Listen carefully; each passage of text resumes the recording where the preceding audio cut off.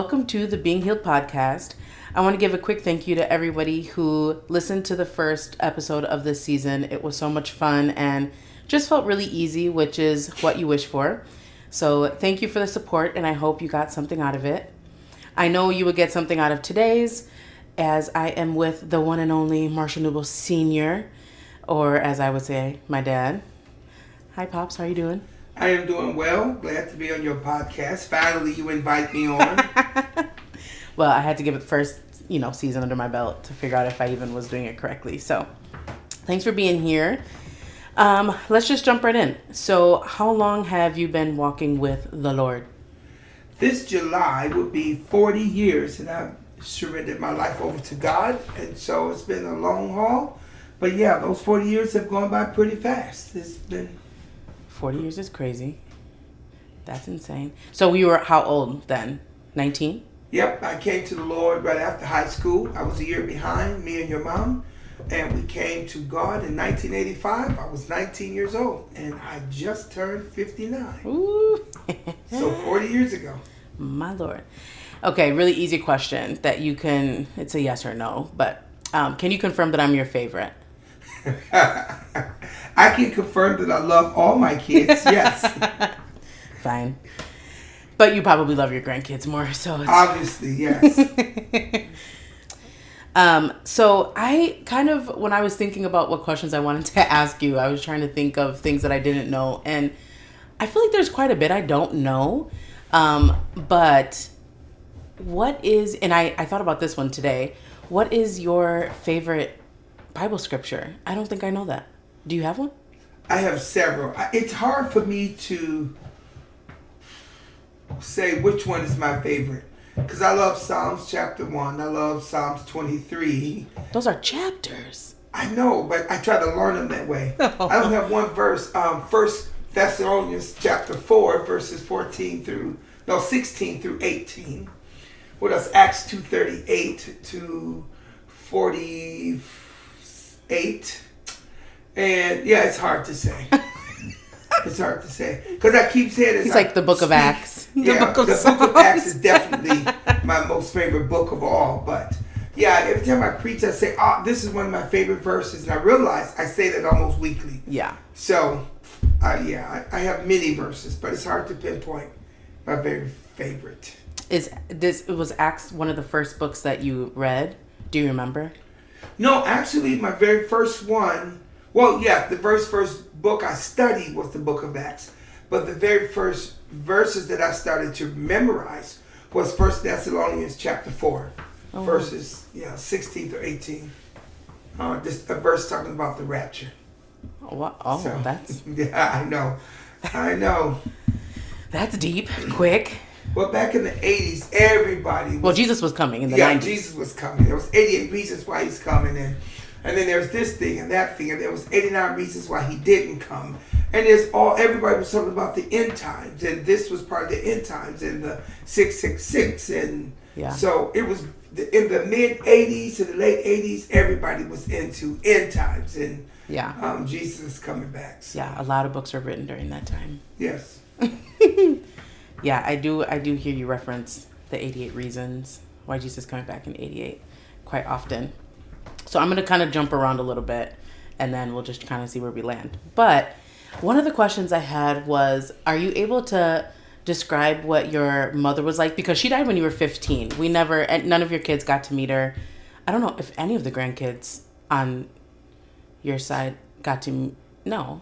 Well, I don't know. The first one, Tyrone, and the next one, Nicholas.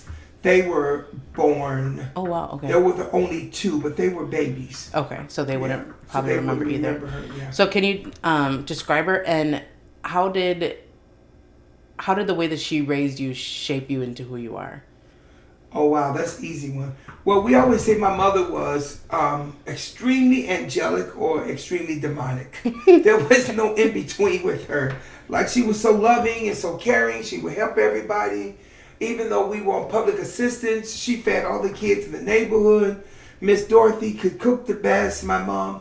Everybody came to our house, sat on our porch, because my mother would always call us in to eat. And if there was friends on the porch, they came to eat too. Wow. So even if they wasn't playing with me, when it was dinner time, they would come. So my mother often fed everybody in the neighborhood. And she always believed that God would stretch it. It was just a miracle in our house that she would say, oh, God would provide. And sure enough, she fed everybody. So we didn't go to church much. She got very disillusioned with the church we were attending. She said she had been going there for 14 years, and they were in the building program. Never built a new building. But she was always saying the pastor had a new car every other year, and the church was broke. So she was like, how can the church be broke? Yeah. How can you keep getting the new car, Right. but we don't get a new building? That's fair. And that was one of the things. That's what I can remember. I'm sure there were other things. But even though we didn't go to church, she did give us Christianity. Like, for instance, Sundays was the Lord's Day. So we could not listen to no secular music till after 8 o'clock at night. So I thought, well, maybe Jesus come back to his throne. Yeah, what happens to 8 o'clock? Yeah, because Sundays was the Lord's Day. So we listened to gospel music. She played her gospel music. She sang through the house. She worshiped God. So she still loved Jesus. Yes. She just was questioning the church you guys went to. Right. Instead of nowadays, now that I'm old, I would say, hey, we should have looked for another church. Right. A better one that would probably suit her, what she felt better. But, right. But we were limited. We didn't have a car. We walked everywhere. Wow. Or we caught the bus. And so it being on public assistance with no dad in the home, we were very limited. Because she didn't drive. So, she never drove? And she had a license at one point, I believe. And I think I drove with her once. And I think that's because my dad was too intoxicated to drive. So she could drive. She just didn't. She just didn't. Yeah. And but I feel was like, pretty normal. I was going to say, I feel like back then that was pretty normal. Yeah. Because I think of Mom's mom, and she was the same way. She didn't drive either. A lot that sounds. And even those ladies that are of that age, already in their 70s and 80s now, right? They probably didn't get their license till they were close to 50. Because Oh, dad or the older kids took them everywhere. Oh, wow. So a lot of them didn't even get their license until much older in life. But other than that, she's a great mom. She always was a provider. Even though she was not divorced but separate from my father, she stayed faithful. And I think she only dated a year before she passed away. And I'm going to be honest, that's like the first time I really seen her happy. She died when I was 14, not 15, as you mentioned earlier. Oh, wow. But in 14 years, I don't remember her happy. She was happy in Jesus and satisfied. Right. But I mean, just happy with the everyday things of life wasn't there. It was just always a struggle. She was always sick. But that last year that she started dating a guy, I call him ABC, because his first name was A, second name began with a B, his last name began with a C. And so I call him, his name was AB, but I call him ABC. I only met him once or twice because she didn't bring him around us. Right. She didn't feel that was appropriate, but the doctors had told her she only had to look a short time to live. And so she dated that man, and he made her happy. She was real happy. Wow. Yeah. So how do how can you see that it shaped you? Like, do you find yourself doing things because of how you were raised, or? Yeah. I am definitely a product of her raising. You can tell. A lot of kids, people I meet, think I'm actually from the South. I am not. You're very Southern. Because of my parents' upbringing, because of my parents. I got all of her old sayings. Crazy, you should ask, because this morning as I got up, I'm just meditating. And I was thinking, I never wrote that book on Mamaism. I started to write a book on all the different things my mother said, all her goofy sayings. And I can't believe that those things are still prominent in my life now. Her old sayings, the way she kept her house, the way I keep my house. We couldn't keep a dirty dish in the sink. I'm the same way, if you remember that. Because I would wake up the whole house. If there's one spoon in the sink, the house is filthy. Oh my God. Yeah. But I do unconsciously, her upbringing, and even the upbringing of my dad, is a very big impact of my life. I am, people say I look and act younger than what I am, but definitely the way I live my life and the way I run my house is definitely influenced by my old school mom, even dad for that matter. Yeah, you were definitely old school in how you brought us up. That is for sure. Definitely. That is for sure. That makes sense. The house. That makes a lot of sense. Yes.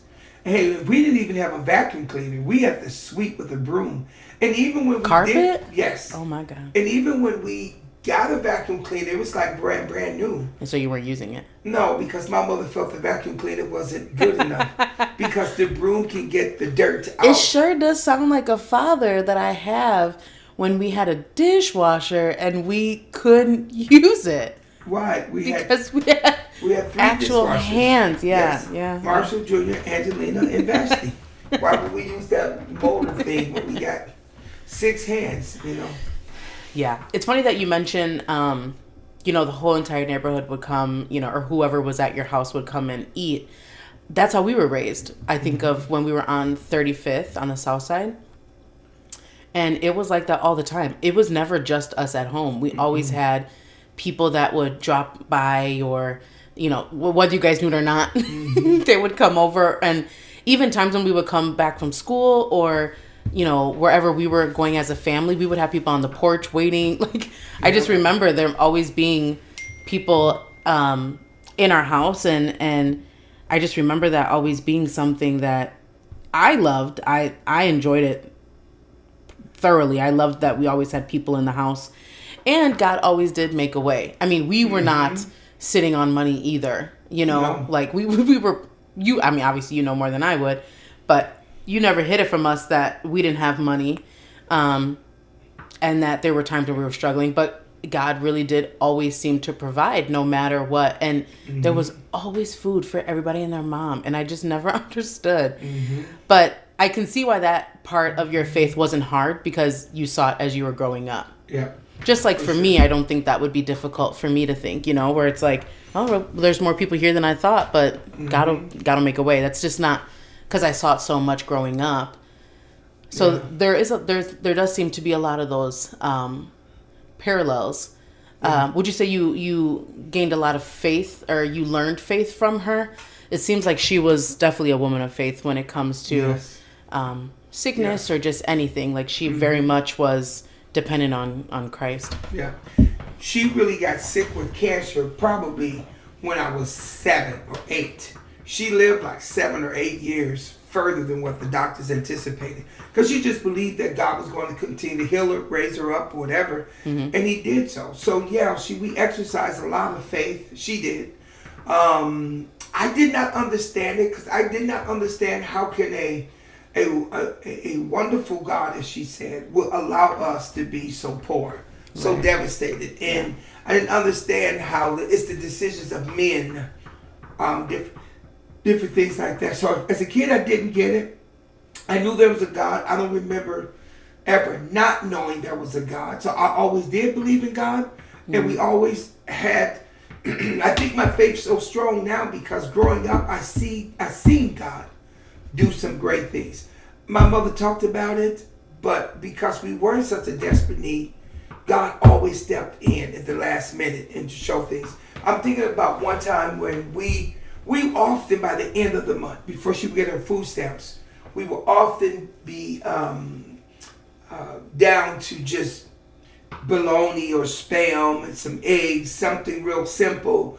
Or she would make chicken and dumplings that could go a long way. She'd make a homemade chili that she could stretch.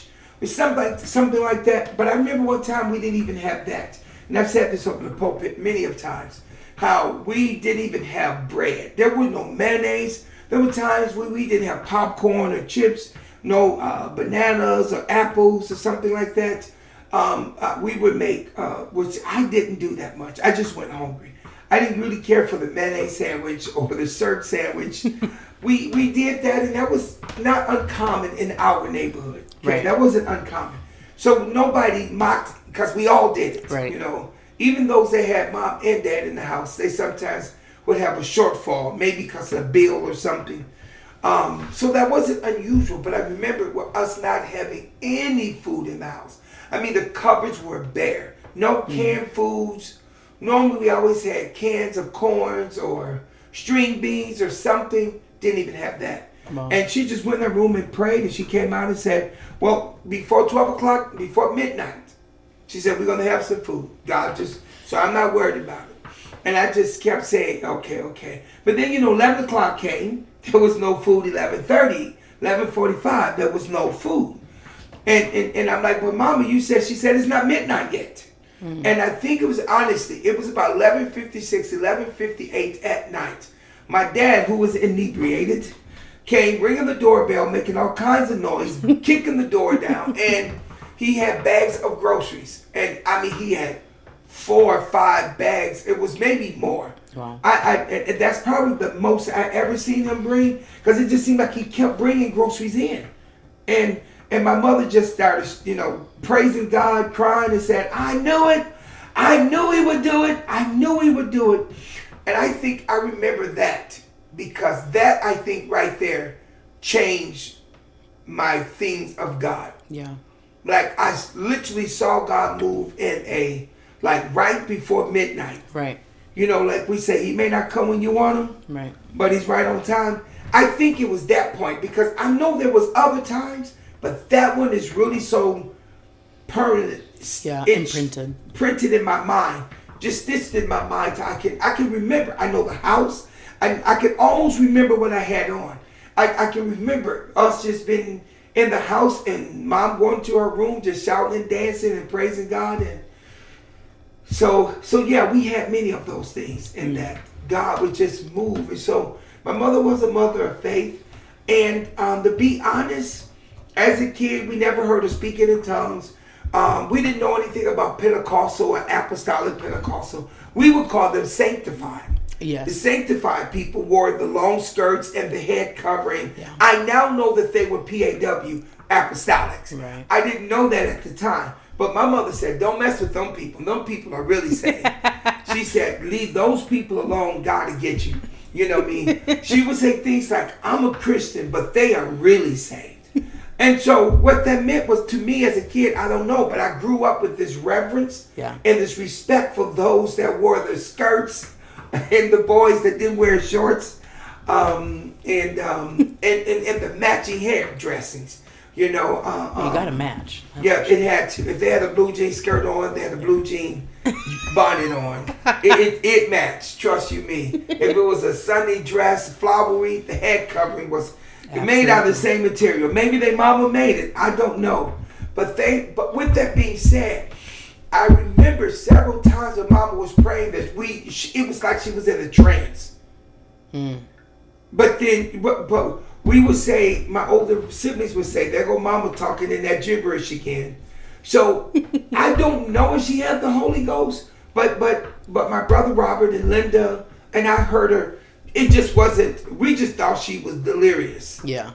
Yeah. But I now know she was probably speaking in tongues. Yeah. Whether she knew it or not, I don't know. And she just went to like a heavenly place. She just went to a heavenly place. And I think that's what sustained her for so long.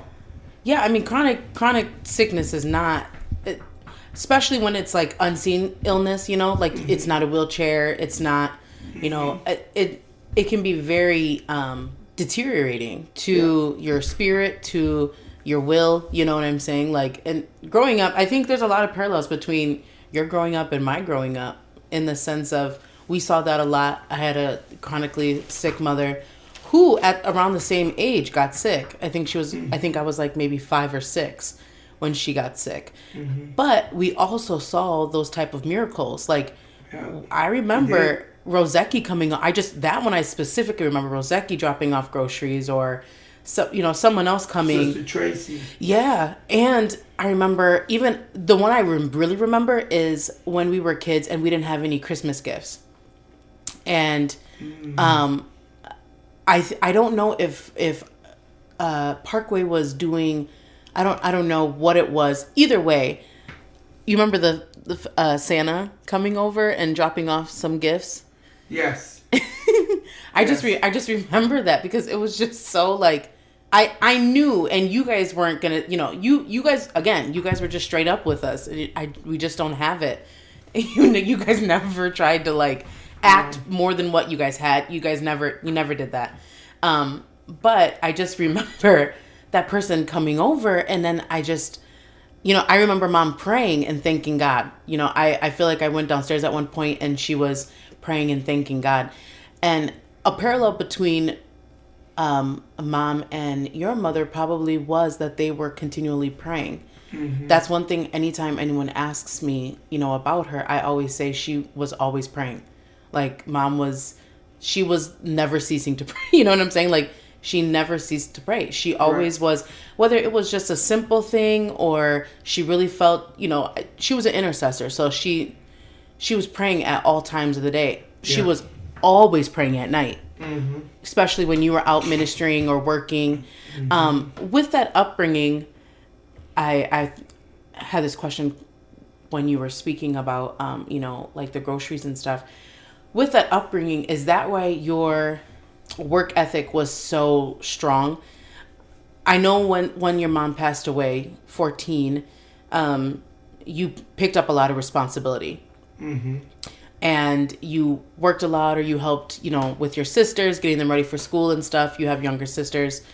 And so did it kind of start then, or were you already kind of doing things? I know you sometimes mentioned you would kind of take care of the house, especially when she would be really sick. Yeah, I actually started when I was probably around Brayden's age. I was in 3rd or 4th grade when she started to show me like how to clean the house, how to comb my sister's hair, how to protect them as a big brother. Wow. In fact, I remember one time she always said, you better not start a fight, but you sure better well finish it. And my sister did. The twins that live behind us, Elvis and Alvin. Alvin and Elvis, I think their names were twins. Mm-hmm. And they kept messing with her because they liked her. And so, my mom and auntie just said, if you can't beat them, get some and knock them down. And Lisa did. Then I got in trouble because she busted her head with a rock. And I'm like, but you told us.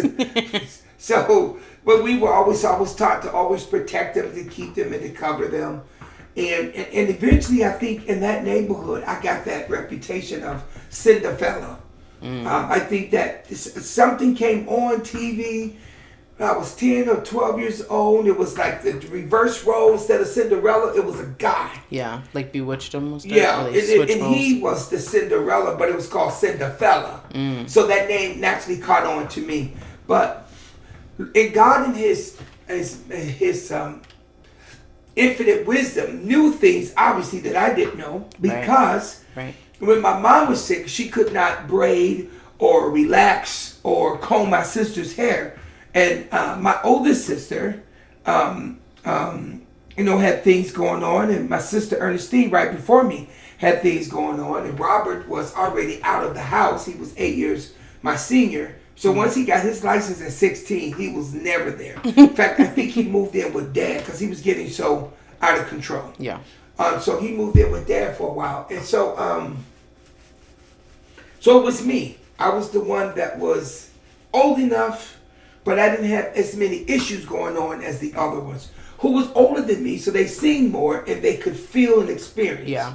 So I was old enough to see, but not really be involved emotionally like they were. Yeah. So she taught me to braid my sister's hair, different things like that, cook and clean.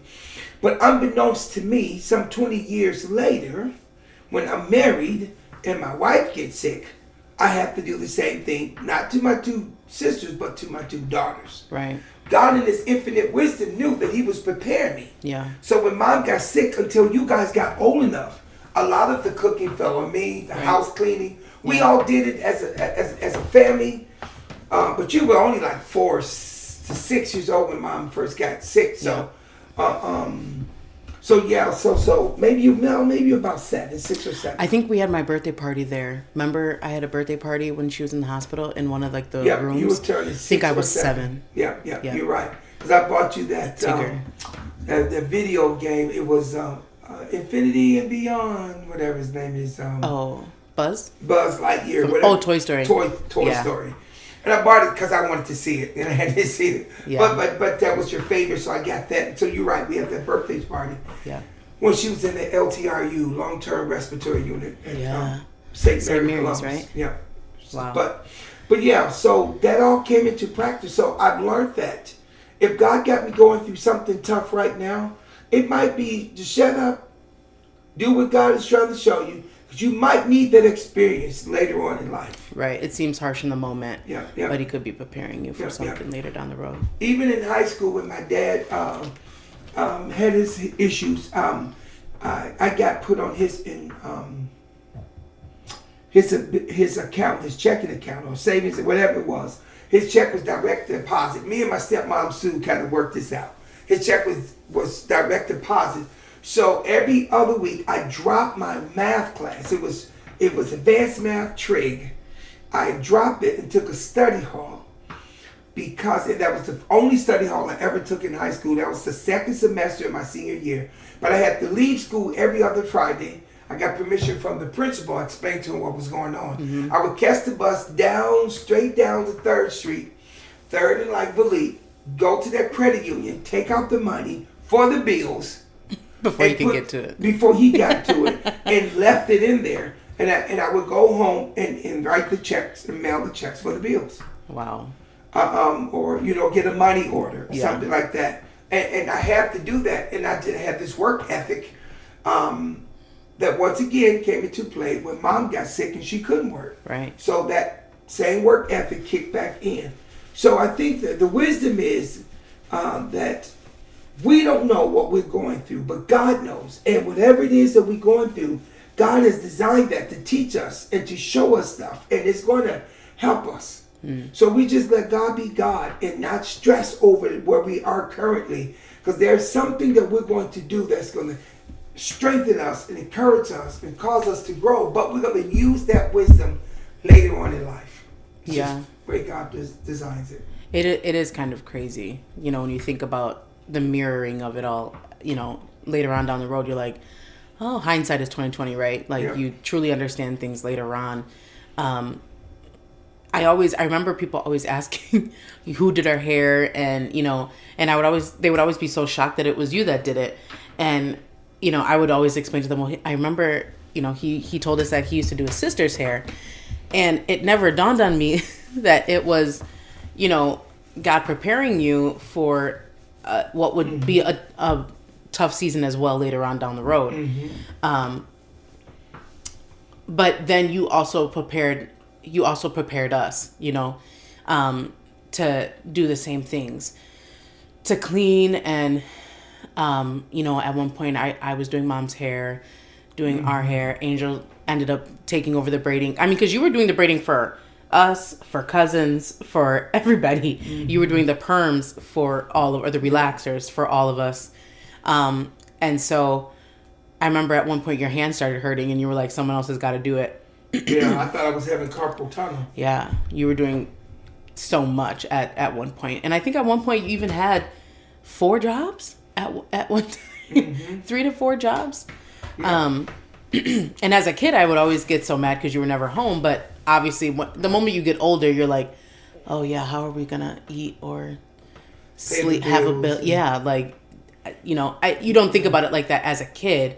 But when you get older and you have more wisdom and more understanding, when you have your own bills, you're like, oh, yeah, no, someone has to go and do. But I will say that was one thing that I always appreciated about Mom. You guys always seem like a team in that way, because she she never badmouthed you to us, to family, to anyone. If she was frustrated with you, she literally went to God in prayer. And there was one time where you guys were arguing. Well, you were yelling. You were arguing by yourself, and Mom was just sitting there. And when you went upstairs, I told Mom, I said, why don't you ever say anything back to him? And she goes, because she said, he'll figure out that he's talking to himself in a little bit, and then he sounds stupid, and then he'll come down and apologize. But that stuck with me. Mm-hmm. That it really, really stuck with me, because it was one of those things where it's like, I choose my battles. He's stressed. He's working 4 jobs. I'm not going to argue with him over. You know what I'm saying? Like, yeah. She just had an understanding, and that has helped that has helped me tremendously, just finding empathy for people when I don't understand maybe what they're going through, or how they go about their life. If I don't understand their lifestyle, I always just am reminded, we just maybe don't know what someone's going through. Right. You know, like, you really don't know all of the pressure that's on them. Right. So that always stuck with me. That was something that Mom did that stuck with me. I want to ask you about your math skills, because I just don't understand where they came from. Like, I don't know if you've ever been called this, but you are a nerd. For sure, I am. I know I am. I am. Where did the math, like, do you know anyone in your family that was good at math? Or some things I always feel like maybe they're hereditary, and some things probably aren't. Math probably is not. But right. A lot of times you do find, engineers throughout the family, or just people that are good with those sort of things. Someone was. Was there anyone in your family that was like that? Or, just good at money maybe? I don't know. I'm sure there is. I'm just not aware of them. Like, for instance, I used to always wonder, how did I end up in church and stuff like that? Like, so nobody go to church. Then I realized my aunt and my uncle, my Aunt Gladys, and uncle was always, I forget his name. What was my uncle's name? Oh my God, I forget it. It's crazy. But they were always in church, and she always prayed for us. And I had a chance to talk to her a few years ago. And I talked to her, she said, and I remember, in fact, I have the Bible that she sent my mom. I have the Bible, and it's her writing from, your sister Gladys. But she always prayed for us. I say that to say this. I didn't just show up in church. Somebody prayed for me. Right. Somebody was there before me. Mm-hmm. I'm sure there was somebody in our family that was good in math and maybe just didn't go to school for it or whatever. Like, it looked different. Right. Yeah. My mother was she was very big on education. She saw the need for education, because back in and I think my dad eventually got his GED or something like that. But when I was a kid, Dad only had a 3rd grade education and Mom had an 8th grade education. So Mom could read and write fluently, but she encouraged school. My brothers and sisters weren't so much like it. But I somehow saw, and I don't know when or where, maybe it's from Mom or somehow it could connect. If I'm going to get out of poverty and get Mom a house, a car, and to get out of this, I have to get an education. Maybe she said it and I caught on or whatever. I don't know, but I knew it early on. So I began, I flunked 3rd grade. I didn't flunk because I couldn't learn. Because Mom, that's when Mom first got sick. So I didn't want to leave her because Mom would have these, nobody believed me, but my family, we know. Mom would just go into this, we know now it was a diabetic coma. Yeah. And she'd be out on the floor for a day and a half, 2 days. We don't know why she never died. We don't know why she never died. But she had, she would just be there, and I would just sit by her. Everybody else, I don't know. Are you staying with the school, Linda?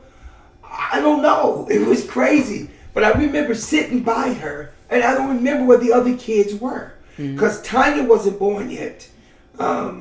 Lisa is 3-4 years younger than me, and Tanya's 7 years younger than me. Something like that. I think Lisa's 4 years and Tanya's 7. Yeah, Lisa was born in 1970, and Tanya was born in 73. So I was really the baby of the young one, or Lisa was a newborn. Maybe that was it. So with the newborn and whatever, so I was there helping Mom and whatever, and I would just sit there and make sure she's not dead. And I knew to put my finger underneath her nose, so I knew she was breathing. I could see her chest going up and down. But it was like, why don't you wake up? She wouldn't wake up. So as a kid, I didn't know. So I stayed. Wow. I remember them saying I missed like 80 days of our of the school year. Wow. And that's why I didn't pass. So next year, I was supposed to go to what they call at that time, in the 70s, they call it the LD. We call it the retarded class. It was in the basement. Oh boy. And I don't know what happened. They were remodeling the basement because I think it flooded in the summer. I think a pipe burst. So the LD class, the learning disabled class, was in the basement. It was one room in the basement next to the janitor. So it was like, it should have been like a janitor's room or something, right. But they made it a classroom, but it was all the quote unquote dumb kids. Wow. And so I bet my teacher said, I'm not retarded, I'm not stupid. No. So I said, please, I will work hard, And so Miss Burnett, and she said, okay, Marsha, if you work hard, January, you're supposed to go. She said, remodeling will be done. She said, after the Christmas break. She said, but if you can do well and hang it, I will talk to the principal and you will stay. I was the number one student. So it wasn't that I couldn't learn. I wasn't there at school. Right. But when I was at school, so I became the number one student, third grade the second time. 4th, 5th, 6th, 7th, 8th, all the way up to 9th grade, maybe even 10th grade. I was like the number one student. So, but I applied myself. I had a learning disability, and what would take somebody maybe 10, 15 minutes to learn would sometimes take me an hour. But I knew I had this, I couldn't focus. Yeah. So I put music on, or I got in a room by myself with music, and I just made myself, even though I was antsy, yeah. I made myself do that. And then how I caught on with math, because we started doing long divisions, and I went home to show Mom. And Mom had all this scrap paper. I know now she got it for me. And she said, well, baby, how do you do that? I'm like, you don't know how to do 379 divided by 19? Okay, so I would be at the table while she's working, doing dinner or cooking, and I would say, see, Mom, I do like, she said, okay. Oh, well, then what's 218 divided by 6? I'm like, 16, you know? And so I would do 2 pages, and finally I said, you know how to do this. She I'm said, doing homework. Yes. She said, no, but the more you do it, the better Yeah. you get at it. So she taught me. She said, if you come home and teach me what you learned at school, she said, your retention would be better. Yeah. She was right. The relaying it back. Yep. Yeah. And that's how, 3rd grade, I said I wanted to be a teacher. Miss Burnett, that lady worked her butt off for me. Wow. In fact, when I was teaching 15 years ago at Greater Holy Temple, there was a lady there. I know her face. And I was telling her this story about Green Bay Avenue. She said, Miss Burnett, she said, you know she just retired? That's my good friend. I'm like, Miss Burnett, she said, is she still teaching 3rd grade? I was like, yes. That is so funny. Yes. So I said, oh my God, could you please tell Miss Burnett about Marshall? And I don't know, a couple weeks later, who is this teacher? I can see her face. She came and she said, Miss Burnett retired. She was like, Marshall, I remember Marshall. She said, the tall, the fair-skinned guy is a good kid. And I'm thinking, well, I'm not so fair-skinned now. Yeah. You know what I mean? But she remembered me, and I had tears coming down. But I said, you make sure you tell her I'm a teacher because of her.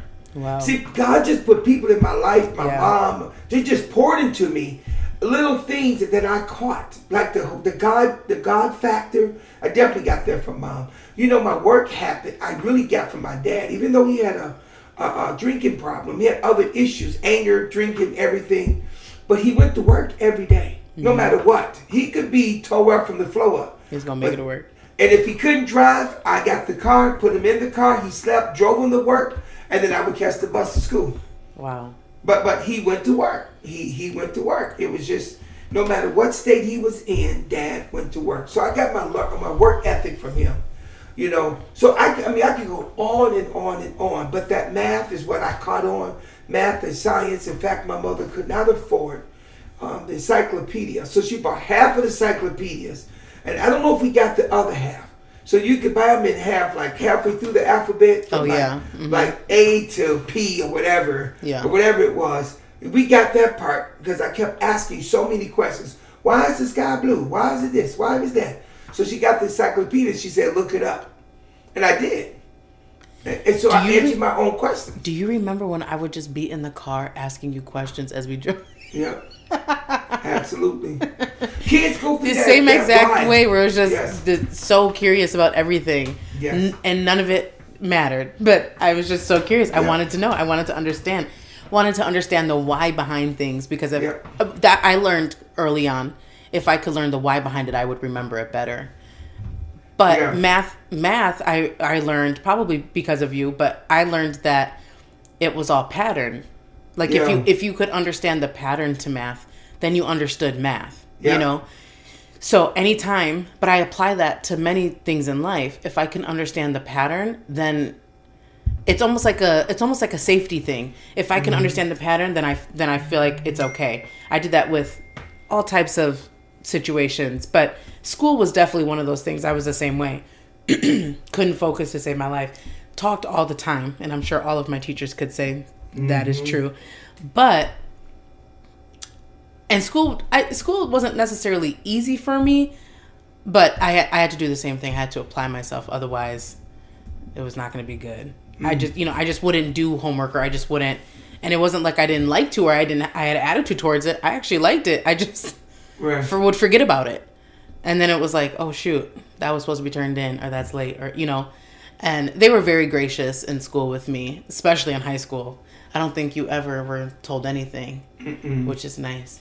But I was a good high schooler. Don't worry about it. I'm sure. I was a good high schooler. I remember you coming home with the stars. Seemed like you had fun though. It was a really fun school. It was very different from obviously how I grew up. It was 50-50, like almost split down the middle. I think it was literally like 48-52 when it came to Caucasians and white people and black people. Like it really was split almost down the middle. And then we always had, because it was a school church like Parkway, but they always had kids from other countries. Like we always had kids. so many different kids. So that was really, really cool to experience too. But with some of the things that you've gone through, when I think of you, I was trying to figure out, because I did it with Yoli. I was like, okay, if there's one word I can kind of describe, how would I describe them? And Yoli's was resilience, and all I could think of for you was misunderstood. Misunderstood? Yeah. Actually, I was. I'll tell you why. Because being on this side of it, being your child, obviously I understand more, but I could see how, because you always talk about when you were, younger, you didn't really necessarily fit in different areas, in different ways. You could have went the route of getting drunk, getting high, and doing all those different things. You didn't. You were in your books. You were at home. You were taking care of family, So I feel like there was that misunderstanding there. And then we weren't surrounded by blacks. We were surrounded by all different types of people. So that was also different. You know what I'm saying? So that's the word that came to me, because I was just like, I think it was just, you just stood out, I should say, more than anything. Can you think of any situation where you were misunderstood, and how did it affect you? Did you some people recoil inward. Some people feel like they have to explain themselves. Some people get angry. All of that. I've been through all of that. Recoiled, explained, angry. Well, I think because, I don't know, I think Dad not being there didn't affect me because he wasn't there. It's kind of weird, because when Dad was there, I felt like safe, like I could sleep. Right. Like I would even though they're going to argue, they're probably going to get into some fist fighting or some cussing, something's going to jump off. Because I don't remember when Dad did come and nothing jumped off. Wow. So I knew something was going to jump off. So, but I still had this sense of peace, because it was a male figure. It was Dad. Right. Okay. There's a presence to that. There's a presence to that, because I remember one time watching, I think it was King Kong. I think it was in New York. He was he was climbing up a tower, and Mom was hanging up clothes, and she was calling my name. I was like, okay. But I'm watching King Kong, Yeah. You know how Braylon does, Yeah. Y'all calling him, and he's like, okay, and he's still looking, and I'm coming. Yeah, I'm coming, and and that thing. But when I finally went, there was a man that came in our back door. So he had to come from the backyard, come from the back of our house was, and there was the back of another house. The two back houses faced, but they were on the other side of the street. Like they were on Second and Keith. We were on Second Lane. Okay. Because the Second Keith, Second Lane, and then First and Keith. Yeah. We were in Alley Street that they built houses on. Right. So he came through their front and then jumped the fence. He must have been showing my mother. I saw my mother hanging clothes out. So he was trying to actually rape her. Wow. And she was calling me, and I was watching the King Kong. So found that game. I just remember this. He looked native because his hair was pulled back in the ponytail, but it was real wavy. And he jumped the fence. And my mother's shirt was ripped. And she said, "How come you didn't come?" I was calling the man's name. I said, "Well, you were whooping him." She said, "But still, I was calling a man's name." You know, and so that part I've got I gotta stay with Mama everywhere she went. Yeah, she could not go without me because I didn't want nothing bad to happen to her. Right. So people say, "Come out and play," and Mama said, "Go play," and I did, and I went through this season. It wasn't all the time, but I went through this season where I wouldn't leave her side. Yeah. Because I don't know if it was just feeling guilty, or I just felt like Dad is not there, so I didn't sleep well. But when Dad was there, I slept. So that's one thing. And I needed something to grab a hold to. I remember in 6th grade, we're sitting up. Dad promised he's going to come. You know how most dads do. I'm going to come. I'm going to pick you up and take you school shopping. We're going to get school supplies. I have my school list, everything. I'm in the top window upstairs looking out the window. From 6 in the morning till 6 at night. And Dad still didn't come. Wow. And Ernestine finally snapped. She said, "You fool, you know he's not going to come. He say this every single year and he never show up. And you like a big dummy start crying because he don't show up. He ain't going to show up, Mickey."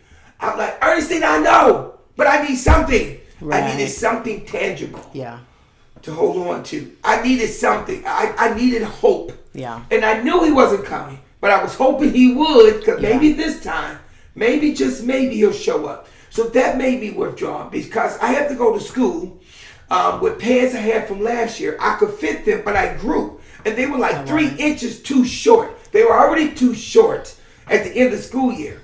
I had these, they used to call them Geronimos. The top matches the pants. The bottom, it was always a set. So my mother always got me a set. She knew because I was tall and thin, I'd get too big, I would get too tall. Yeah. So I tried to take off the hem of the pants, and people said, "You wore those last year. We got new clothes on." It was so embarrassing. She was like, "Y'all ain't even got no new book bag. That's a plastic bag." It was a paper bag. But because we didn't have a book bag. Wow. So, but we went to school embarrassed or whatever. That kind of weighed on me. So I knew I had to get an education. So I stayed in the house. I studied, and I studied. So I was misunderstood because when my grades started to shift and get good grades. Because when I flunked, I was a dummy. I was a retard. I was this, I was that for my family. But all of a sudden I went from a retard to #1 student. Now, who you think you are? You ain't better than us. We come from the same mama. But I was just a retard 6 months ago. Right. Now I'm not. Okay. So it was that paradox, that just back and forth. And so I just stayed in the books, and I got persecuted for that. I was Cinderella, misunderstood because I thought Mom was going to die. I wanted to be there. Right. And I wanted to take some stress off of her. So she would tell me to go to the store 3 or 4 times a day. I remember one time, it was like the 4th time. She said, "Mickey," I'm like, "Well, Mom, get Ernestine to go to the store." She said, "But you're going to do it. Ernestine give me too much hell." She said, "I need you to do it." So I said, "Okay." There was the 4th time I went to the store because Dad was coming home. I had to get his lunch meat. He had spiced ham. I had to get some Wonder Bread because he liked Wonder Bread. And I had to get some cheese. And I went to the store and got a cut. The man knew exactly how to cut it for my dad. Then all of a sudden she said, "You didn't get the mustard." I'm like, so I had to go back and get the mustard. I mean, it was crazy. Oof. I didn't want to, but it was only a block and a half. Honestly, it was one. No matter which way I went, because we lived almost in the middle of the block. It was at the corner down. So yeah, it was like 2-block radius. And that was it. But I did because I knew somebody else wouldn't do it. Then I'm a suck up, I'm a kiss up, I'm a brown noser. You're always around Mama, stuff like this. And then I said, "But y'all don't do it. Y'all don't help her." So I was misunderstood with that. I think I just carried a lot. Some of the kids could just go on, but I would see mama in pain, either emotionally or physically, and I would just sit there with her. I would make up stories for her and Linda. I would make up stories like fairy tales, what I'm going to do for life, how I'm going to help them, how I'm going to do this stuff. Just hang on, we're going to do better. So, yeah, I think we were forced to grow up early. Like, I had a childhood. Right. But it was filled with a lot of extra that most young kids probably wouldn't have. Yeah. And I don't regret it. I don't. Some kids grow up and they regret their upbringing. I don't. It's made me who I am. So I was misunderstood because I was too white for the black family. And then with being connected with Sue, I was too black for the white family. You know what I mean? That's why my Mexican and Puerto Rican friends, I pretty much hung out with them because they didn't care. Right. It wasn't a black or white issue for them. You know, it really wasn't. It was more Mexican and Puerto Rican. And since I wasn't either, I can, you know what I mean? Just don't call my Mexican friends Puerto Ricans or Puerto Ricans Mexicans. It was a great insult. But that's how I began to pick up the Spanish, got a love for Spanish food and Spanish culture. But yeah, so I was too white for some and too black for others, too educated for some. So I was too white for my black family, but too educated. But for the white family, I was too black and not enough educated. Book-wise, but I didn't speak well. I had still ebonics. I spoke still to this day. I was still to this day. I say things wrong. But the point is, so I didn't fit in. So I was misunderstood because then I was a people pleaser. Like I wanted to make everybody happy because our life was so full of sad. So I was very comedic, very goofy, trying to make everybody happy, especially the two ladies in my life was my oldest sister Linda and mom. I just wanted them because Linda just carried a lot. She saw a lot because she's the oldest girl. Yeah. She experienced a lot. So she carried a lot of stuff that I'm sure she protected us from. Yeah. And so I did everything I could to make them happy, and so on and so forth. And so yeah, I was misunderstood. But I remember going to the store, buying cigarettes for my brother and sister with a note. I remember my sisters, when it was their time of the month, my mother would send me. I'm like, but I'm not a girl. It's embarrassing to go. I remember getting the napkins for them, and I was different. But you know what? That's actually, it's funny because, well, it's not funny, but it's interesting because that's what you did for us. You know what I'm saying? Like, and by then there was no embarrassment about it. You know, like you would embarrass us. Yeah. Are these the ones that you? We would run away from you in the store. What kind? You won't always. Which one? Yeah. But it made sense, and that's actually something that I take so much pride in when I'm talking to people, or when that comes up more than I would like to admit. You know what I'm saying? When it comes to, I would be able to tell people like, no, my dad did all of that stuff. Like we learned that stuff from him. Mm-hmm. Our mom wasn't able to teach us. We learned that from him. He taught us, what's the best and whatever. And so it was always just, that's something I take pride in. But at one point it was embarrassing for you, Yeah. And what was embarrassing for you, I'm proud of. So that's interesting. When you were talking about kind of always wanting to be there to protect your mother, and people pleasing. Well, maybe I'll ask the people pleasing question first. Do you still feel like you people please? I gave up years ago. I gave up. And it's exhausting. It's very exhausting. It is so freeing to not. Yeah. God have mercy, it's such free. It's so freedom. And the reason why I say that is because in the ministry, I remember telling some of the white brethren would say, you do know I'm black, right? Mm. And it was not that they were saying racial stuff. Right. But it was like, well, why do you dress like that? Yeah, they don't understand the culture. They don't understand the culture because I said, because y'all dress dull. Yeah. Y'all just wear browns and grays. I said, well, I come from in the summertime, we wear white, we wear yellow, we'll wear pink and gray. Y'all just wear a suit and a tie. I can mix it up and do stuff. And then, who are you trying to impress? You need to.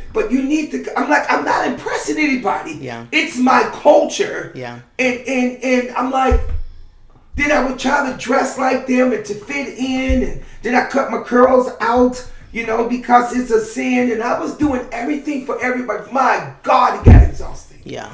It was so exhausting. But this is a tripped out thing. When I quote unquote rebelled, which really wasn't rebelling. Right. Now everybody was like, well, what's wrong with him? He's backslid. No, I'm not backslid. I'm just tired of trying to. This is not what God has put on me. You guys have put this on me. Right. Look, I don't mind. I'm in a predominantly white organization, but I am not white.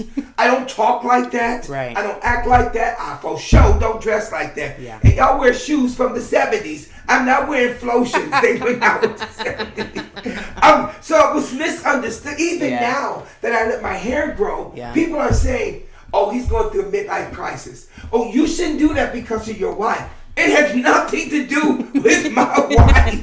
I am not having a midlife crisis. It's like, wow, guys, you can't change. Yeah. You can't adjust. You always gather. And if you do, you backslidden. Or you this, and I'm like, no. So now I boldly, and I look at him like, I dare you. Say something. Yeah. Nobody say something now because I stick up for myself. Yeah. And then I became the angry black man. Yeah. See, before was the pushover. Right. And everybody liked that because they took advantage, even on the jobs, in the Christian education, leave it like that. They took advantage and they knew they was because they knew Marshall won't rebel. Right. But when I started sticking up for myself and saying no, all of a sudden I'm rebelling. I was not rebelling. I'm just saying I'm tired of doing this. Yeah. This is not what God has called me to do. Right. In fact, I am ministering to a whole group of different, what's the word I'm looking for? People. Demographic of people. Mm-hmm. I'm not ministering to Tom, Dick, and Harry. Yeah. I got Lucy and Pookie and Ray Ray and Shaniqua. Right. And they're different and they're not wrong. They're different. The approach is different. Yeah, the communication style is different. But everybody liked it when I was the people that they could just adjust or give it to. Look. Even when we lived on the north side of Milwaukee, we was a tribe leaders. Me and your mom were tribe leaders. People were scheduled who lived in Oak Creek was scheduled to go clean the church, but they never showed up. So the Falkies would call me and your mom and said, hey, can you get a group together and come clean the church? The tribe of Simeon didn't show up. But I'm like, but they in Oak Creek. Right. And so we would just go. So we would end up cleaning the church sometimes. We were supposed to be like every 12 weeks because there's 12 tribes. Mm-hmm. We were doing it 3-4 times a month because they knew we would do it. Wow. And I just did it with gladness and whatever. After a while, I was like, this is taxing. Yeah. It's taxing. 100%. It was so. And then when mom got sick and she was out of the hospital for 5 months, in the hospital for 5 months, from January to May. The pastor came once or twice. The other pastor came once or twice. The Falkies came. But nobody else came. Mm. Now, we ministered there at that time some 15 years. Right. Doing ministry. We were the youngest tribe leaders. We were winning all kinds of wars. We were bringing the most visitors. We were running 3 vans, three vans of people, dropping them off, go back down and get 3 vans of homeless people, 6 vans in one service. Yeah. And then when mom got sick, where were people? Right. No one. Where were the meals? Right. Who was coming to? We had close friends. Yeah. The Stibers and people like that. They just stepped in, and so we were not without. I still have my friends, Elliot and E.G. and Elman and Floyd. But this church body that we had, that we ministered to, it was like, oh well, they found another leader. Yeah. And it's like you were like a workhorse. Yeah. They work you to death. You die. or backslide. Yeah. Then they go get somebody else. And I began to think, wait a minute. Well, who's going to come and see Rita? Where all her friends at? Yeah. And then the first day, because she had to take Cytoxin, which is it's a chemo. Yeah. It's liquid chemotherapy, but it's an anti-inflammatory. So it stopped her organs from being inflamed. So it worked well. Right. It like stopped the arthritis. You know what I mean? From attacking more organs. Yeah. So her hairs fell out and got thinner. Yeah. Her first day at the service, I won't obviously say who it is. Someone said, "Oh, Sister Newble. What is that?" And they knew the church was praying and fasting for Rita. They knew she had a trach. And she said, "Well, why would you cut your hair?" And she said, "I didn't cut my hair." I said, "She had chemo, but she didn't have cancer." I said, "It was liquid cytoxin. It was an anti-inflammatory." I said, "Why am I explaining this to you?" She did not cut her hair. You know what I mean? And then this was a tripped out thing. Where are the rest of you? Lost so much weight. How much do you weigh? She said, "I think I'm down to 115, I think I'm 113. She said, "I think I gained 2 pounds." She said, "You are not 115 pounds because I'm 123. There's no way you're..." Her first day back to church. That's a lot. And I said, Brother Ed, that's my friend forever.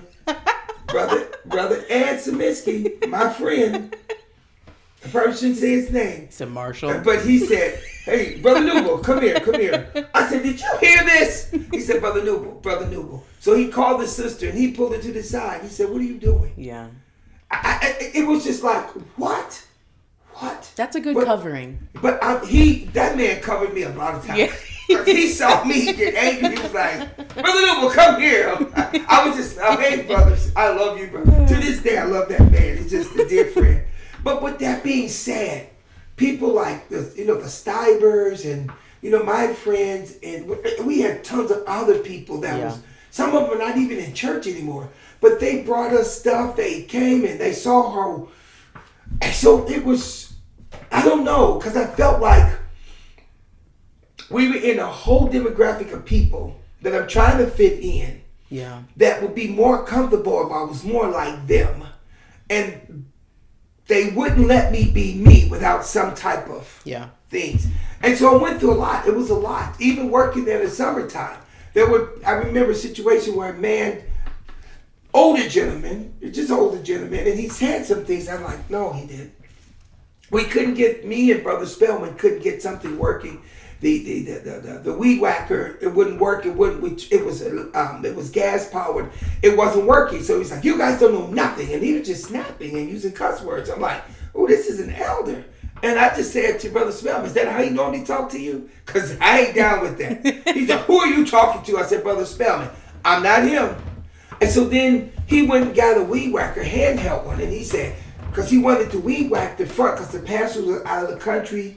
And in their house, they had that little, that where the well go in. Yeah. So he wanted to get for all that grass. He wanted to get it up so to make the yard look nice. Mm-hmm. I said, "Okay, but it's not working. Should we pull it up by hands?" He went and got one by hand. He said, "Here you go, boy. This is how you weed whack." I said, "What did you say?" Oh, no. I said, "Wait a minute. Did you just call me a boy?" I said, "Say it again."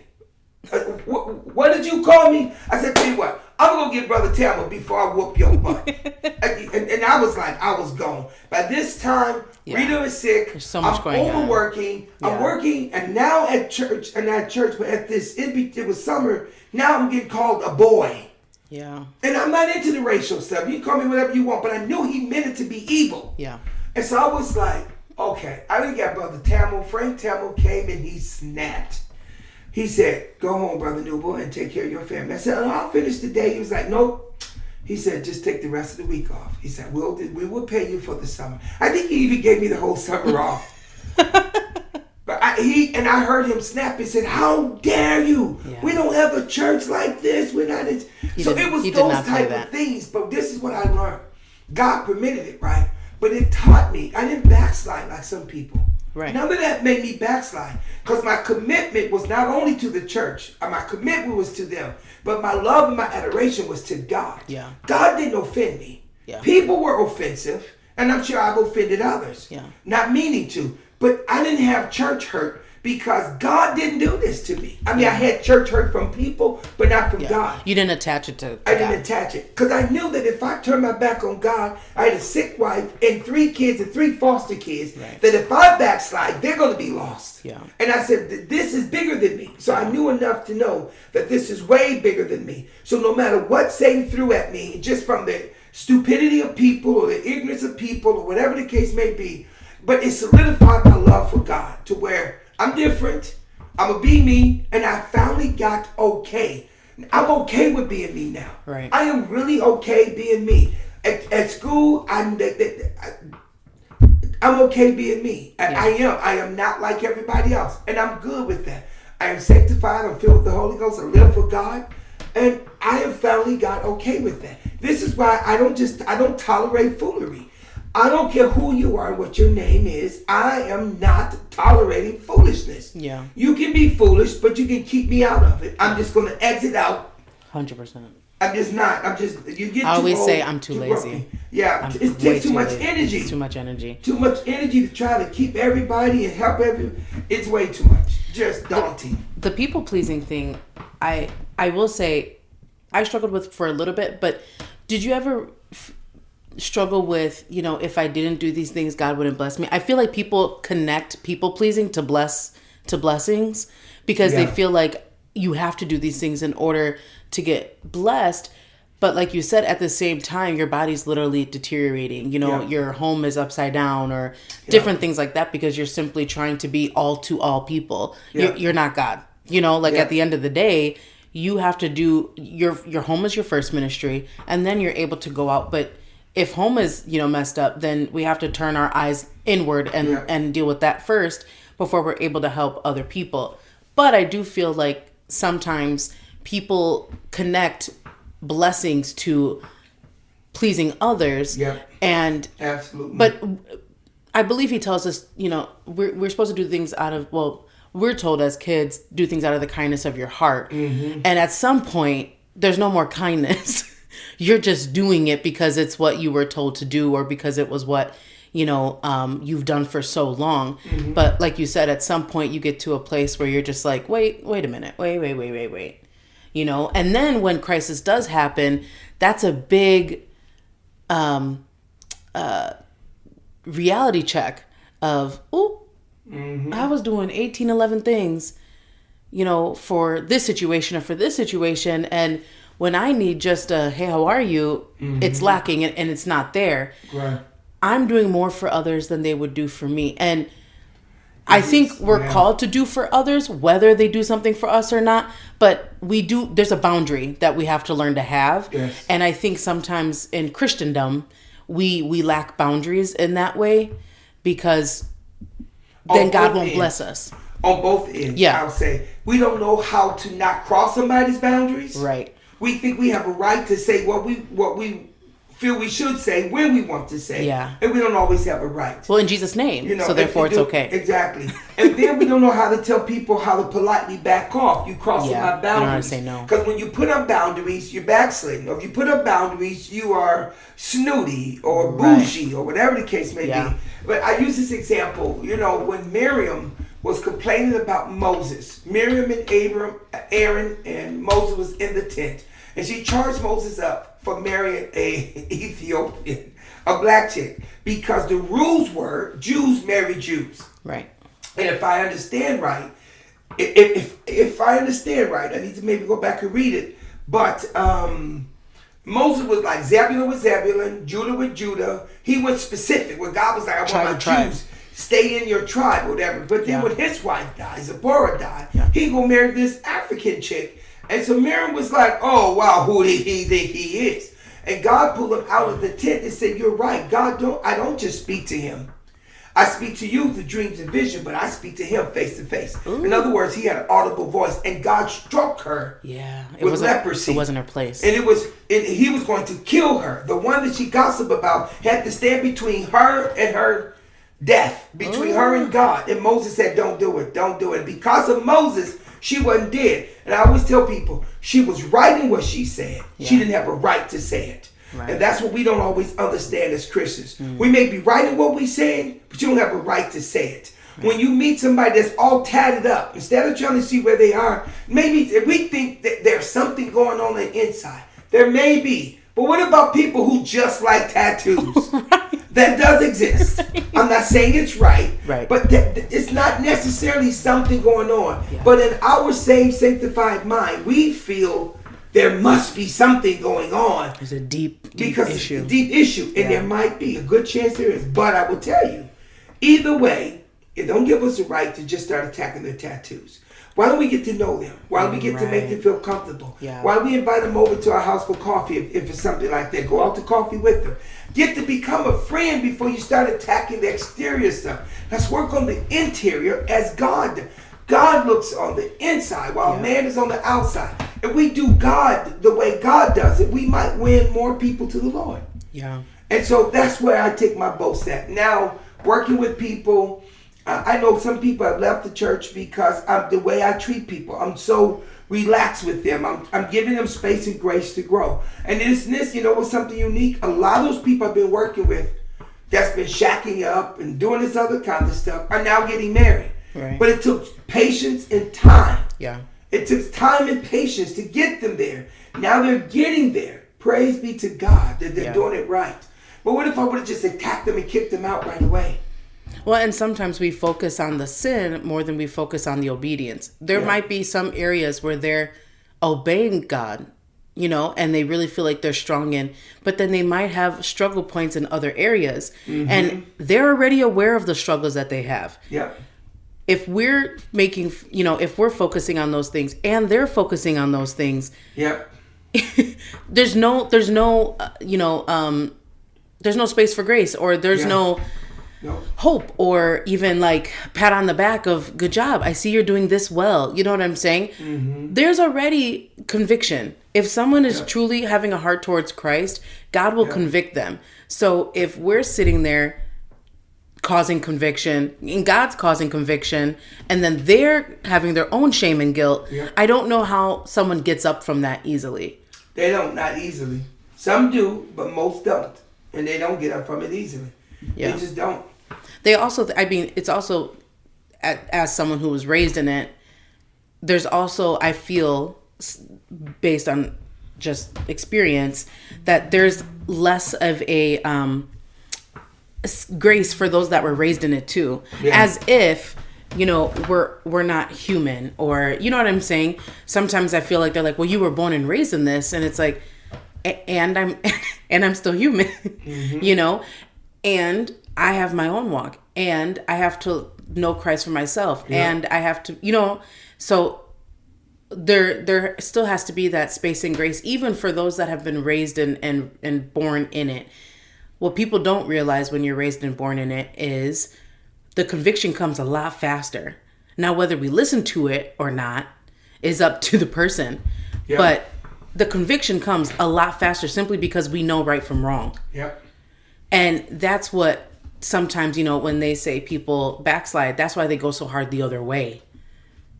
You know, because it's just like the conviction is so loud. They're trying to go as far as they can from it. To cause the, you know, to deafen it, as you were saying.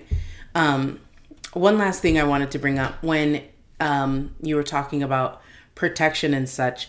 I was thinking the other day about obviously some of the life battles that we've had, and you've always been full of faith. You've always been very, very vocal. When you were going through your health crises, you weren't you didn't tell us everything that was going on, but again, it was one of those things where like you didn't hide it from us. We obviously were aware and we knew something was going on, but you still were full of faith, and you still were full of you know, God's got us no matter what, and he's going to provide. And none of that really changed. I really, really never saw it waver. Truly. Even when we didn't have cars, or when we, I remember there were multiple times where we were like, car broke down and you had to get to work that night, or you had to start work in the morning. And someone would come and just drop off a car, and God told me to, like, borrow this for a little bit. Or I know people sold you cars for $1. Yeah. You know, 4 times. Yeah. And so that part was just always so prevalent in our life, in every situation. It was in everything. We trusted God in everything because we had to trust God in everything. And so when my daughter got sick, it was second nature. And that taught me a big lesson, because what you have to work at is what becomes second nature for your child. You know, like, you had to instill that in us by talking about it, by speaking on it, by showing us through actions, and not cursing God, and not giving up, and not doing all these different things. So then when crises happened in our life, it was one of those things where it was like second nature for us. And that's why the things that we do as parents matter so much, because what is hard for you is easy for your child, negatively, but also positively. And I feel like sometimes we don't speak about the positive side of that. It's always, what was hard for you to give up, it's easy for your kid to give in, or whatever. But with that, so when she got sick, my faith was at an all-time high. This weekend, Pastor Shelton was talking about how, I think it was Moses and Aaron. And essentially what he was saying is Aaron was right there because he was following Moses everywhere. And he had his back. And, he was saying, if you're praying for what someone else has and they're not your pastor, or you're not, you don't see the vision of your pastor, you're not praying for the things that your pastor has, then something's mixed up. You should be, following the vision of your pastor. You should be behind your pastor. You should have his back and all this other stuff. You should be praying for the things that they have. And I remember praying for your faith. And that probably was silly, and that probably was very ignorant, because then that came with sickness, which I should have connected the two, because we've known sickness all our life in different ways and avenues. Yeah. I didn't put the two together. And so having Kati and her having cancer, I was just like, man, my faith is so high. And in that season, I noticed you were really, really quiet. What were you going through in that season? Were you still, were you led to stay quiet, or were you kind of just, where were you at?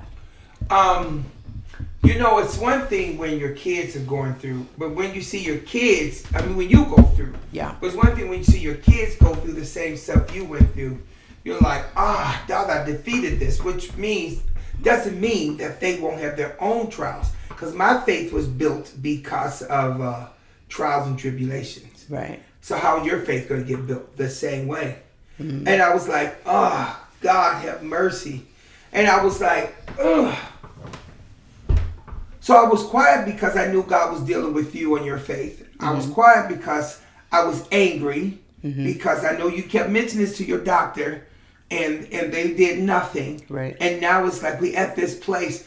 To me, I don't know how to manage. I'm simple in this way.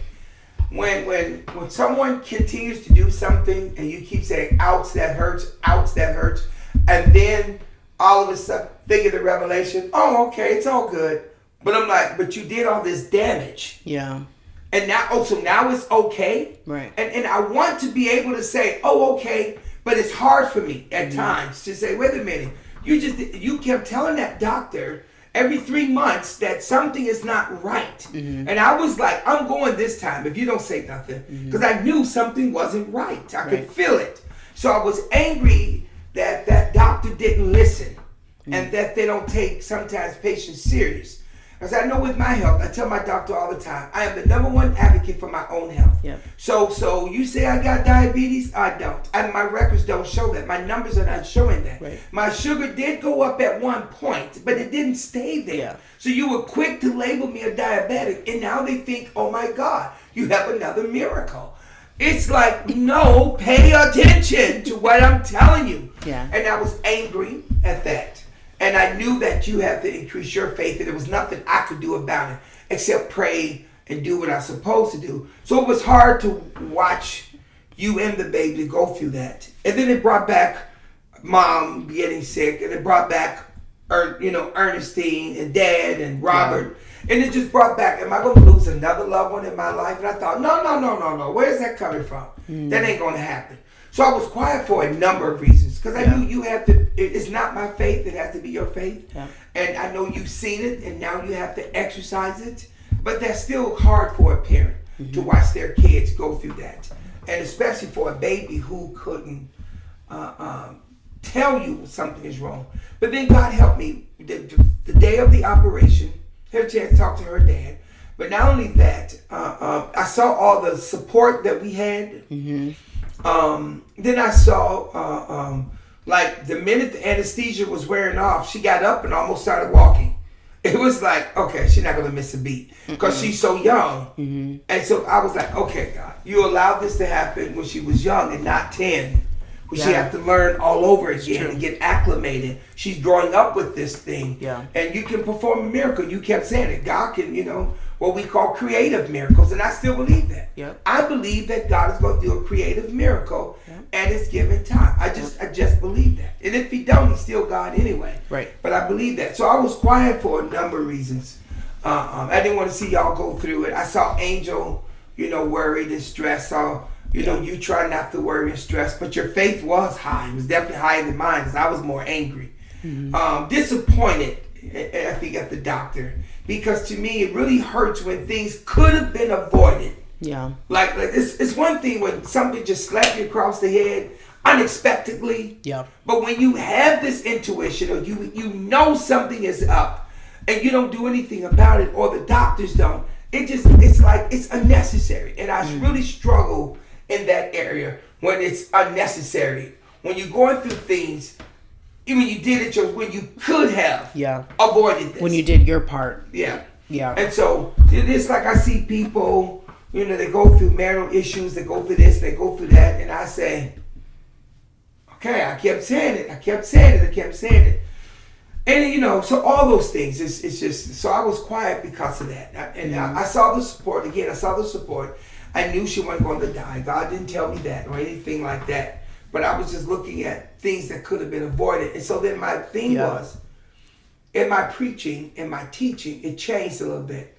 I need to make sure I'm warning people about the coming destruction if they don't repent. You may meet that destruction, but I should at least warned you. I should have given you an opportunity to repent. You know what I mean? And so it changed me. Like, I'm going to be patient with people. But I said, but I still got to tell you the truth. Yeah. If you keep going down this road, this could happen. It hasn't happened yet. If you want to play with your soul, you can. You know what I mean? So that just changed my style. And my sermon every day, every week is challenging people to do better, to make a difference, to get one step closer to God. Even if you are living above sin, what is it that God wants you to do that you could be doing better? So I contribute that to that time of her being sick. Yeah, it definitely was a learning a learning opportunity if we allowed it to be. Sure. It could have just, like you said, it could have rooted really in bitterness and all of this other stuff. And I know during that time, he told me early that you were going to be quieter, and that I wasn't to depend on your faith. Even though I knew you had it, right? I wasn't to depend on your faith. This was literally him growing my faith. Yeah. And as I said that, and I still say now, because I still have the faith and the trust that he's going to do it about the creative miracle. But it was one of those things, like you said before, it was bigger than me. Yeah. You know what I'm saying? It was bigger than even Gati. It was so much bigger because this is not only her testimony. There are literally people that are walking through this with her, and being so publicly vocal about it at that time, I second guess myself every single time, because it's like, okay, I don't want to look like a fool. I'm saying a lot of stuff, and I have a lot of people on my page that are not Christian, that do not understand miracles, that do not understand the supernatural, that do not, but I'm still going to say it, because at the end of the day, when he does the miracle, there will be no way they can deny, and I have to trust that God is going to do the drawing to him. I just have to do my part in saying and being, you know, that vessel that I feel like he's using me with, or the conduit that he's using. And that was just, that was an interesting time. And I knew he had you quiet simply because he's like, you prayed for this.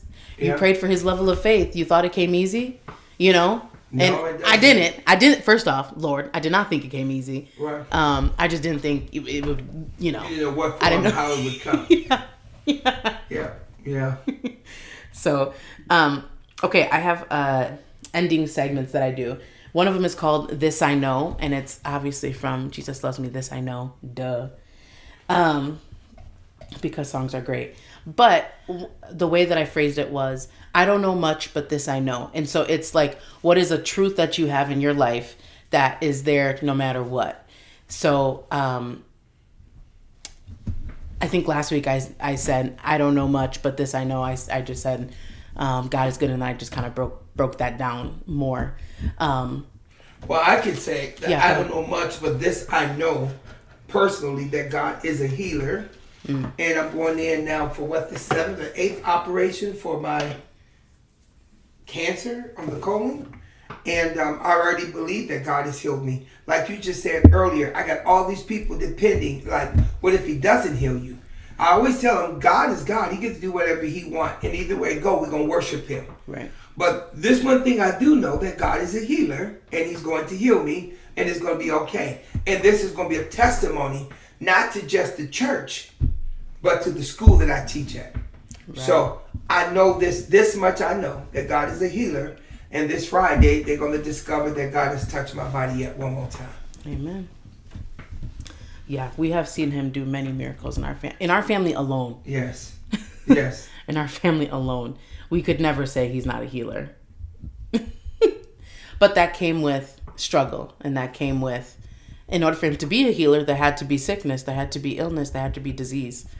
Mm-hmm. And so with that, sometimes when you pray those prayers, you don't think, I want to see you do miracles. Okay, well, what? Well, yeah. He's not subject to how you want him to do it. No, he's not. And we always want God to show us he's a healer, but we don't want to be sick. No. Well, how's he going to show he's a healer unless somebody's sick? Yeah. Unfortunately. You know, and that's how it is. He can't be the God of resurrection and nobody died. Yeah. So, that's true. That's very true. I'll say, I don't know much, but this I know, that trusting him is hard, but it's worth it. Amen. And I think that he has proven time and time again that it is worth it. Amen. So the second one I have is, I'll just say yes. You know that song from Brian Courtney Wilson? Yeah. So this one, you're just saying yes or no. It's very easy. Okay? I played it wrong with Yoli last week, but I'm just gonna say a word, and then you say if it like a yes or no, like if you like it or you don't like it. Okay? Okay. Chocolate? Yes. German chocolate cake? Yes. That's your favorite. Talking on the phone? I can't say sometimes. Yes, I'll say yes. It's mostly no, but I'll say yes. The English language? Yes. I just thought because you speak Ebonics. I didn't know if you preferred that. Gummy bears? Yes. Really? I love gummy bears. All of y'all are just disgusting. Yeah, I love gummy bears. All of your children, except for me, are disgusting. Seltzer water? No. Absolutely no. That's horrid. And then the last one I could think of was cranberry juice. Yes. That is such an old people thing. Like old people. I like cranberry juice too. Okay, so the last one was, the last segment that I do is, it's called Grateful, Grateful, Grateful, obviously, because of the Hezekiah song. Mm-hmm. And we're just going to go back and forth listing 3 things that we are grateful for. Okay, I'm going to go first. I'm grateful for first responders. I had to put out a fire last week, and I just, it's so hard to be, I kept saying, it's so hard to be a hero. Right. It's so hard. No, it was kind of crazy. Yoli looked out the window and she's, oh my God, there's a fire. And I said, what? And I looked out the window, there's literally a fire across the street. So I had to find a bucket like they did back in 1930, probably earlier than that. 18. Yeah, 18 something. And I had to get a bucket, and It was so funny. Me and Yoli laughed about it for days. So I'm grateful for first responders because they do their job well. And they responded pretty quickly. We do not get that in the hood. So just grateful for that. Yeah. I am grateful for family. Love, love, love my family. Very grateful for my family, especially my grandkids. And your favorite child? Me. And my grandkids. Because they're going to make me rich. Yippee. She better. Braylon, too. He's not off the hook. No. He's the oldest. He's better. He's heard it the longest, so right. It's instilled. I'm grateful for the wisdom that you have instilled in all of us. All three of us are, I would say, wise. We don't act that way sometimes, especially your other two. But I appreciate that anytime you would instill wisdom and knowledge into us. Like I mentioned before, I always was asking questions. I specifically remember Mom telling me to go with you places because she was tired of me talking. Right. And I know that she did, and I was okay with it because then I just talked your ear off. So right. I didn't care. But I remember being in the car with you, counting your money. Do you remember I used to count your fanny pack? Mm-hmm. All your quarters? All change, yeah. I had a couple of... You had at least $20 in quarters. Yeah. Every single time. And that's all I did. Yeah. For a long time. Those car rides were so long. Yes. I am grateful for past experience. Because it built my faith and my trust. I wasn't grateful at the time, but looking back, I'm grateful that God did make it so easy for us, but He allowed some things to happen to build our faith.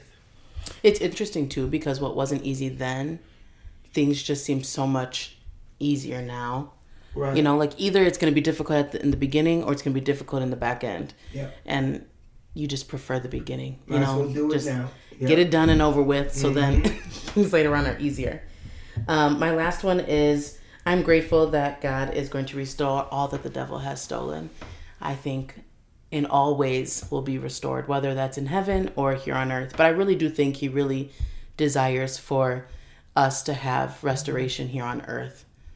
And sometimes it may not look that way, but I think that is a desire that He has for us. So I'm grateful and speaking that into existence that there's restoration in all areas, our whole family, and however that looks.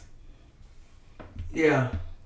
Oh, wow. You know what? I'm going to say the same thing. I will. Not to cop that, but I will say that because I just finished my lesson on repentance and restoration. Yeah. I just finished it before you came. And so I will say that, yes, restoration in finances, restoration in family, restoration in every area. Because John 10:10 says, I always got to give a verse of scripture, the devil comes to steal, to kill, and to destroy. He said, but I come that you might have life and that you might have it more abundantly.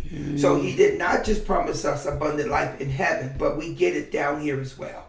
And I want to claim that. And I'm claiming that we will have that abundant life. That's in peace and patience and integrity, finances, all the above. Yeah. We are not to live in the lack. No, we're not. I agree. Amen. Well, thank you, Dad. I appreciate you for being on the podcast. No problem. No problem. This better go viral or I'm not coming back on. Oh, my goodness. I don't even know what that means. No, you don't. You don't. I just hear people say it. All right. Thanks for having me. I appreciate it. Thank you.